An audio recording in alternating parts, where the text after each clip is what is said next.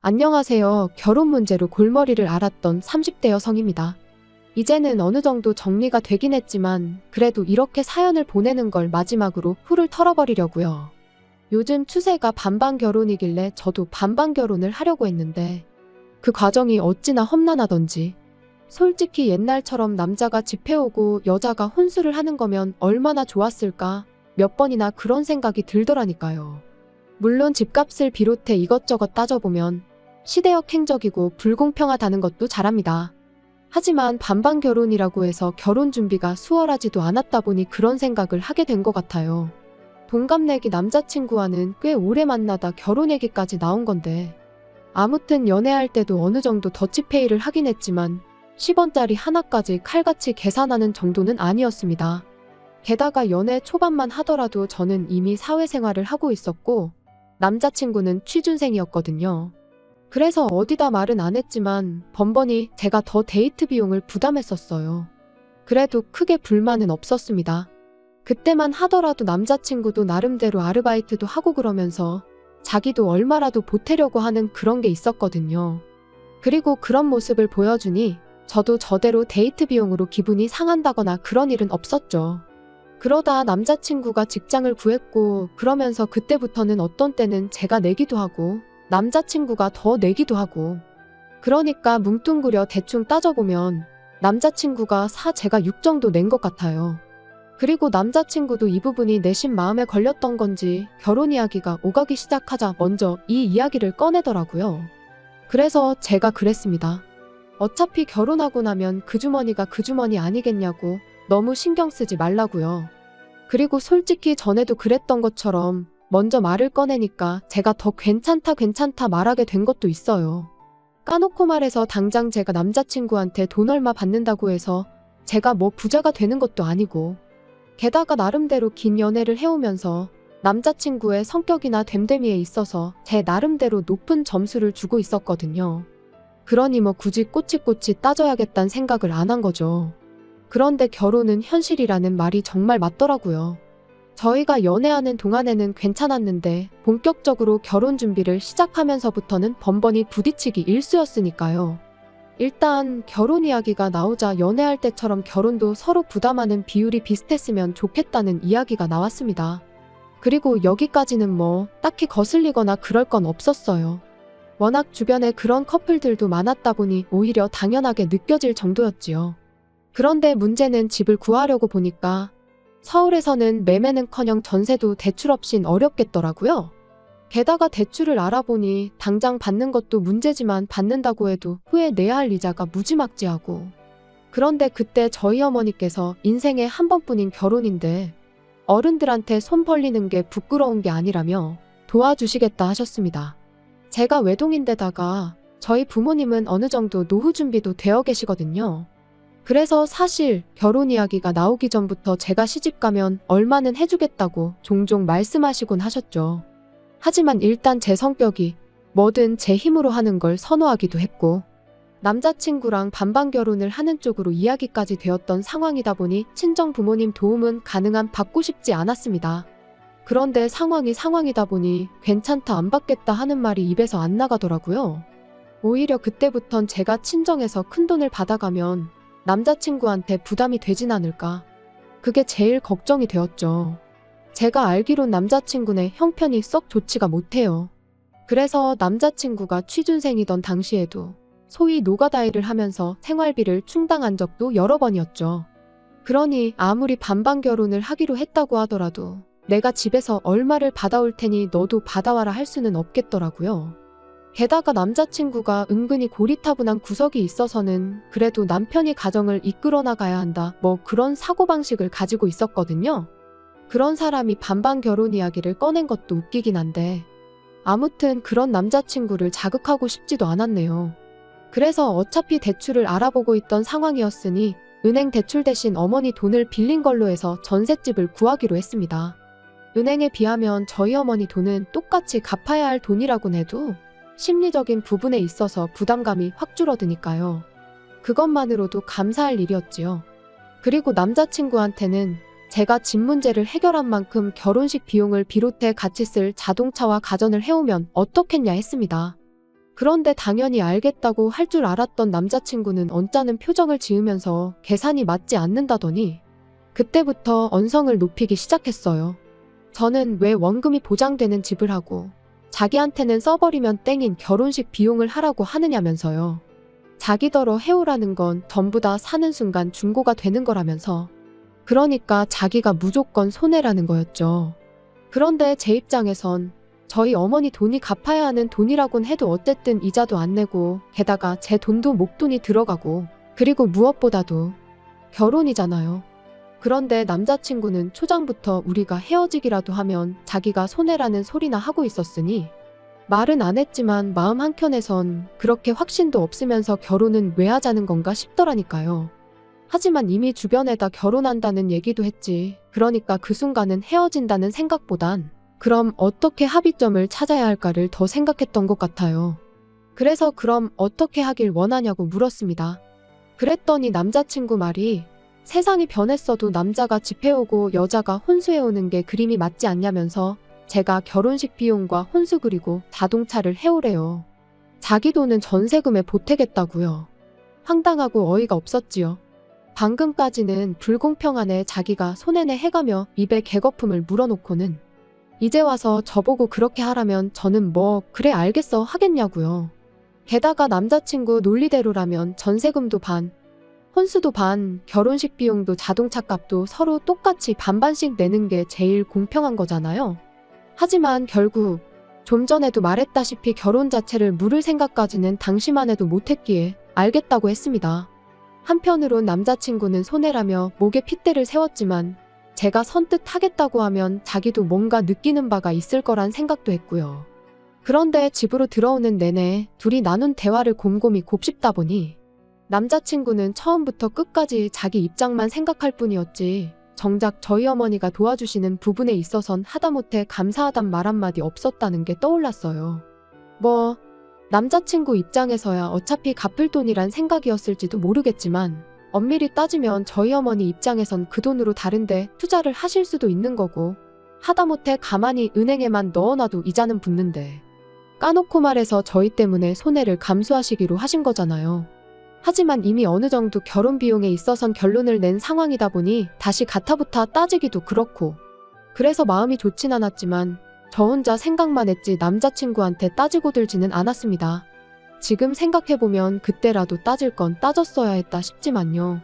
한편 남자친구도 저도 회사 일이 바빠지면서 각자 필요한 건 스스로 알아보기로 했습니다. 그리고 그렇게 열흘쯤 지나 남자친구를 만났어요. 그런데 카페에서 주문한 커피가 나오기도 전에 남자친구가 혼수 목록이라면서 종이 한 장을 들이대대요. 그래서 찬찬히 살펴보니 어딘가 좀 이상한 거예요. 우리 나이가 몇인데 돌침대는 웬 말이며 최신식 세탁기랑 건조기가 적혀 있었거든요. 제가 웃으면서 뜬금없이 무슨 돌침대냐고 물었습니다. 참고로 남자친구는 평소에 바닥도 딱딱하다고 눕기 싫어해요. 그리고 또 저희 부모님도 돌침대를 쓰셨던 적이 있어서 아는데 그게 나중에 이사라도 하게 되면 짐덩어리가 따로 없어요. 게다가 건조기 같은 경우도 저희가 전세로 알아보는 아파트는 옛날 아파트라서 베란다가 좁게 나와서 건조기는 따로 설치를 못한다고 들었거든요. 그리고 남자친구도 이미 알고 있었고요.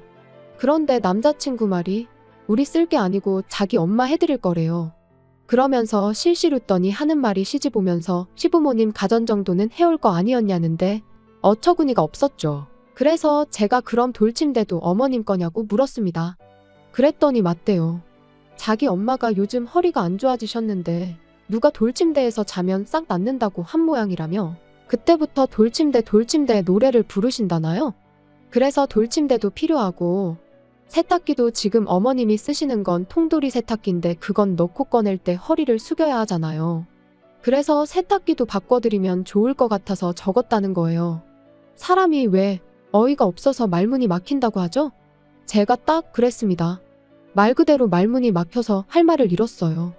그런데 남자친구는 눈치가 있는 건지 없는 건지 계속해서 지 할 말만 이어가더라고요. 원래는 뭐 마음 같아서는 로봇 청소기도 해오라고 하고 싶었는데 그럼 뭐 저한테 너무 부담을 주는 것 같더라나요? 그래서 자기가 그건 빼준 거라면서 고맙지 않냐는데 원래 이 인간이 이렇게 뻔뻔했었나 싶고 별 생각이 다 들었네요. 결국 듣다 못한 제가 남자친구더러 내가 이거 다 해가면 너는 뭐 해올 거냐 물었습니다. 그랬더니 남자친구가 저더러 그게 무슨 소리냐면서 자기가 왜 뭘 해가야 하냐더니 저더러 뭔가 착각을 하고 있는 것 같답니다. 그리고는 덧붙이길 옛말에 남자는 장가를 가는 거고 여자는 시집을 온다는 소리 못 들어봤냐면서 남의 집으로 오는 사람이 선물을 사들고 오는 게 맞는 거 아니냐는 거예요. 지가 무슨 소리를 하는 건지 알고나 떠드는 건지 정말 벙찌더라고요. 그래서 정말 더는 못 들어주겠다며 저도 따지고 들기 시작했어요. 어디서 그런 말 같지도 않은 소리를 주워 듣고 와서는 그러냐고요. 그리고는 결혼할 생각이 있긴 하냐고 몰아붙이니 그제서야 남자친구가 하는 말이 알겠답니다. 생각해보니 제 입장에선 서운할 수도 있을 것 같대요. 그리고는 덧붙이길 시집 오면 자기 집 식구가 되는 거니 마지막이다 생각하고 뭐 하나 골라보랍니다. 자기가 사줄 테니 저도 저희 부모님께 효도나 한번 하라나요? 남자친구의 거들먹거리는 태도에 정말 진절머리가 났어요. 그래서 남자친구한테 누가 보면 내가 맨몸으로 결혼하는 줄 알겠다고 왜 태도가 그따위냐고 따졌지요. 그리고는 우리 엄마한테 돈까지 빌려가며 집을 구하는 마당에 마지막이 어쩌구저쩌구가 말이 되냐고요. 그랬더니 어차피 갚을 돈인데 뭘 그렇게 생색을 내냐는 거예요. 그러면서 솔직히 좀 치사하답니다. 딸 시집 가는데 돈을 그냥 주면 주는 거지 갚으라는 건 좀 모양 빠진다고요. 그리고 그 이야기를 듣는 순간 더는 상대할 가치도 없다 싶었습니다. 저희 어머니에게 감사한 마음은 고사하고 결혼 자체를 불손하게 여기고 있다는 게 너무 실망스러웠거든요.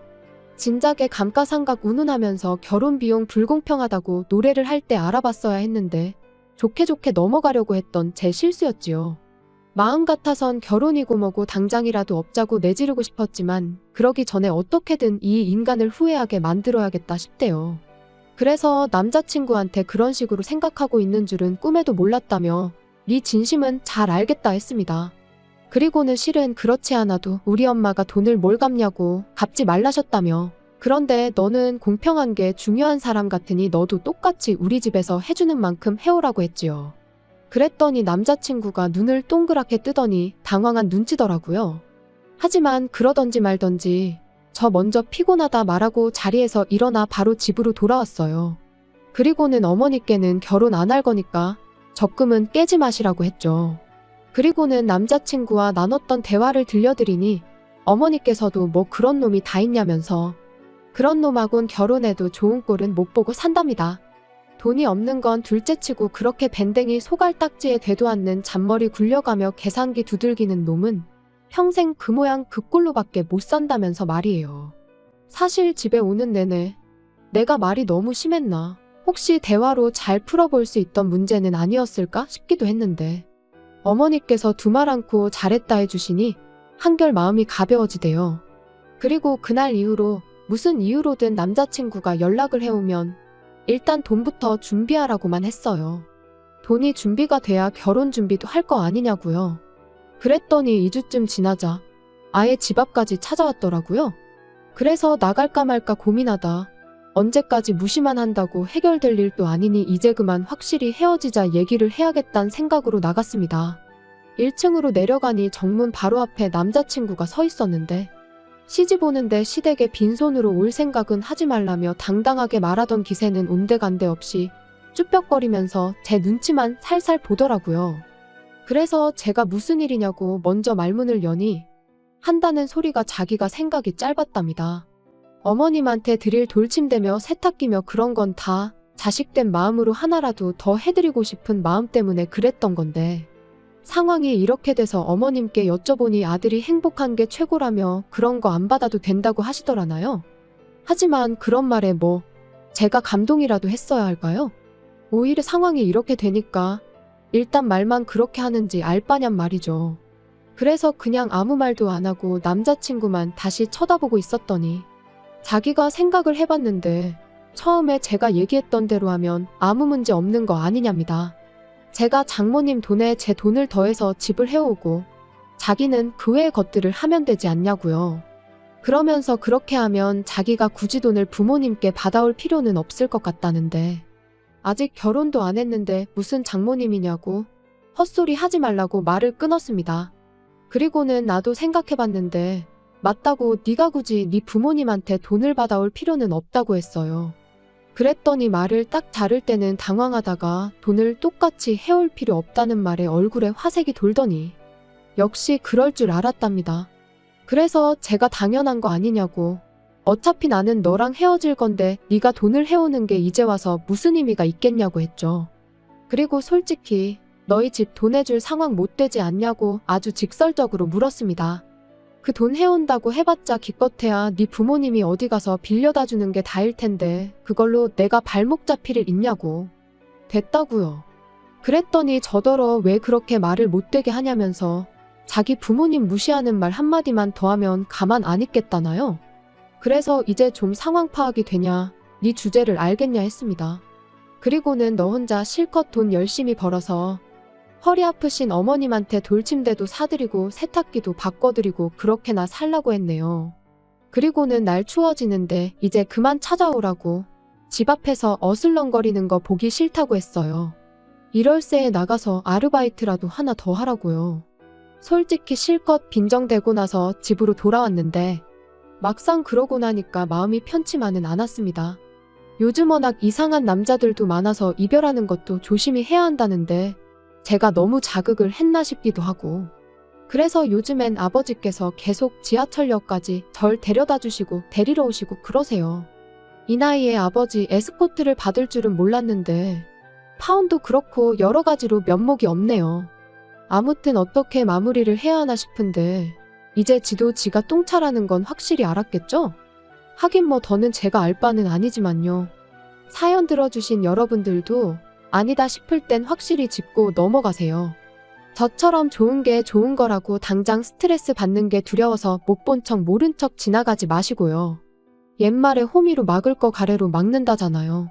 여러분은 저처럼 시간 낭비하시는 일 없으시길 바랍니다.